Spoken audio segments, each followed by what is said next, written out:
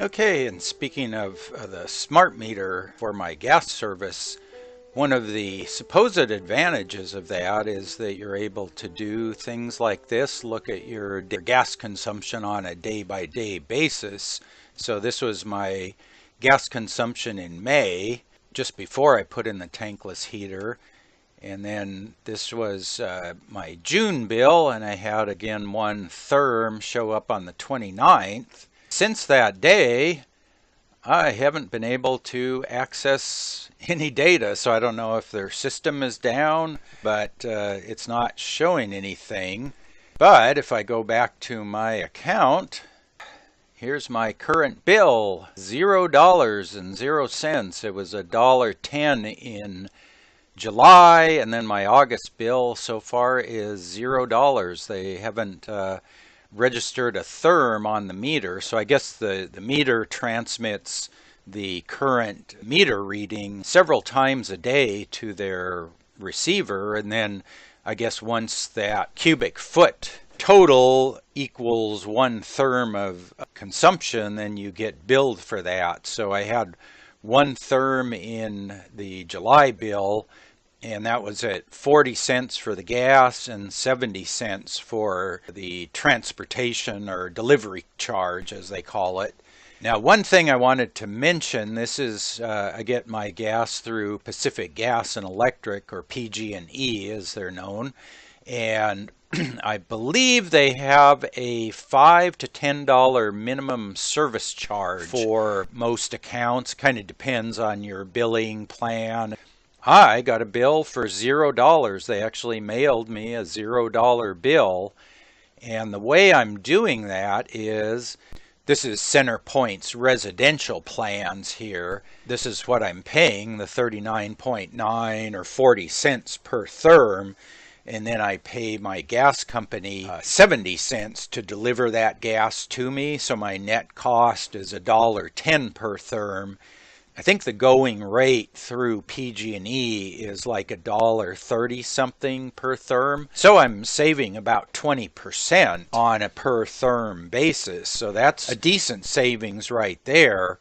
But the big thing is, through CenterPoint, at least with their small business plan, there is no minimum monthly billing. So if I use 0 therms, I pay 0. If I use 1 therm, I only pay $1.10.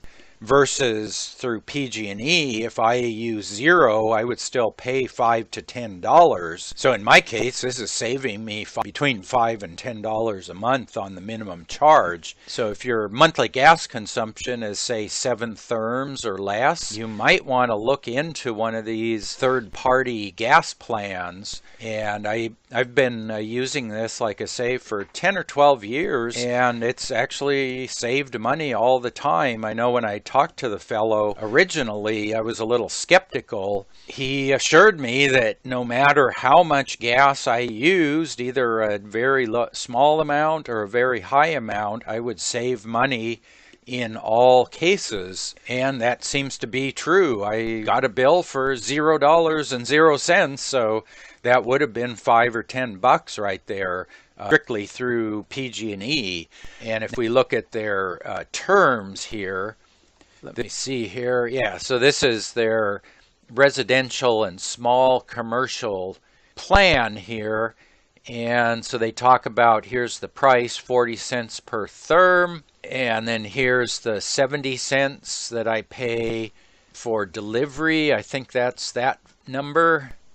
And then they talk about a 16.7 cents per day. That ends up being $5 a month on a 30-day month.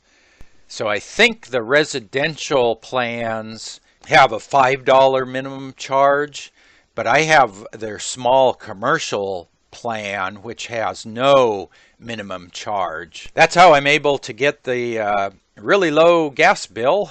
But anyway, I wanted to at least let you know that if you're looking at really low gas consumption and you want to get your bill down below the minimum charge, look at something like CenterPoint. I'll put a link to their webpage in the video description. I don't have any affiliation with them, but they've saved me money for the last 10 or 12 years, and I don't see any particular downsides to it. I haven't had any problems. It just shows up on your regular bill.